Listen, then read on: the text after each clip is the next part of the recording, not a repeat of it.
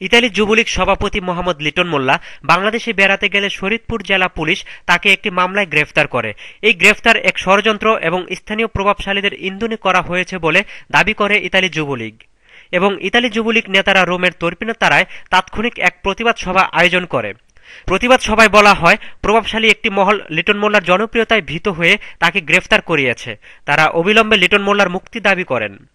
Italy যুবলীগের ভারপ্রাপ্ত সভাপতি জাহাঙ্গীর আলমের সভাপতিত্বে অনুষ্ঠিত প্রতিবাদ সভায় প্রধান অতিথি ছিলেন সর্ব ইউরোপ আওয়ামী লীগের সাংগঠনিক সম্পাদক জি.এম. কিবরিয়া।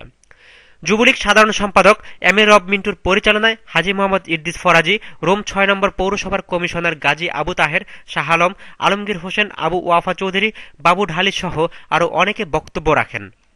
ইতালি যুবলীগ নেতা লিটন মোল্লাকে অবিলম্বে মুক্তি না দিলে অন্যথায় ইতালি থেকে দুর্বার আন্দোলনের মাধ্যমে মুক্ত করা হবে।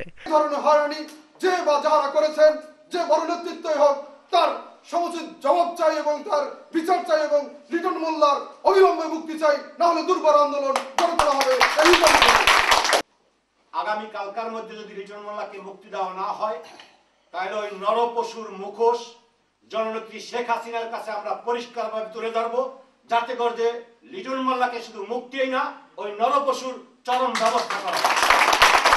বক্তারা আরো বলেন, যে সকল প্রবাসীরা মাথার ঘাম পায়ে ফেলে অর্থ উপার্জন করে দেশের অর্থনৈতিক অবস্থাকে সচল রাখার চেষ্টা করছে, সেই সকল প্রবাসীরা দীর্ঘদিন পর দেশে বেড়াতে গেলে তারা অকারণে বিভিন্ন ষড়যন্ত্রের শিকার হয়।